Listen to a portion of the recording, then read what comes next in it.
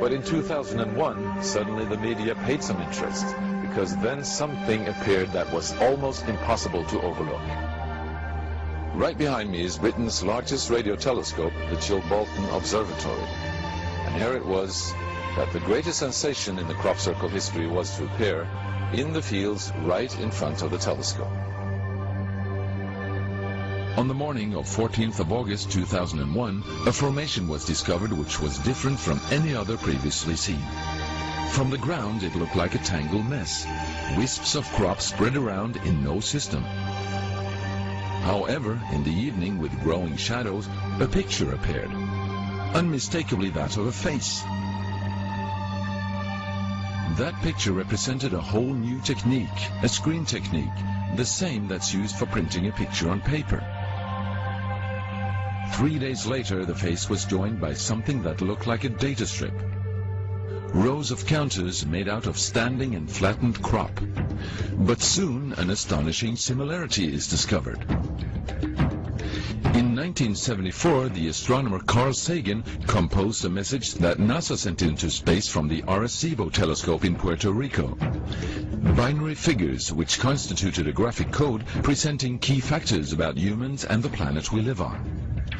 27 years later, an identical pattern appears in a crop field right in front of a similar radio telescope. However, on closer inspection, it seemed to show that the code contained some fundamental differences. Sagan's message explained our calculation system, the dominant chemical substances within the elements that create life on Earth, about our DNA code, humans' height and quantity, and that we live on the third planet in our solar system, and lastly, a sketch of our radio telescope.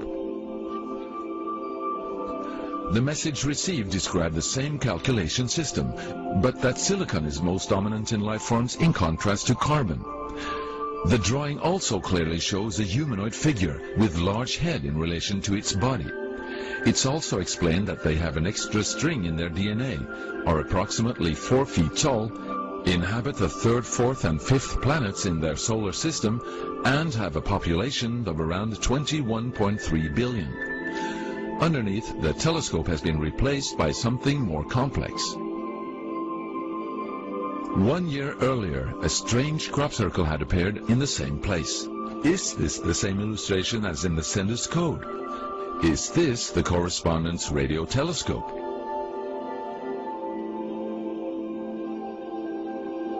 If this is not an extremely clever and well-calculated joke conducted by humans, is it a serious response from an alien civilization? The Chilbolton crop formations really gave new life to the speculations of who is behind this. Is it aliens? Where do they come from? And what is their purpose of this type of communication? The following year, very nearly on the same day, a new picture appears that gives new force to the alien theory, this time in Crabwood, near the town of Winchester in Hampshire. Once again we see a face, but this time there is an unmistakable resemblance to something extraterrestrial.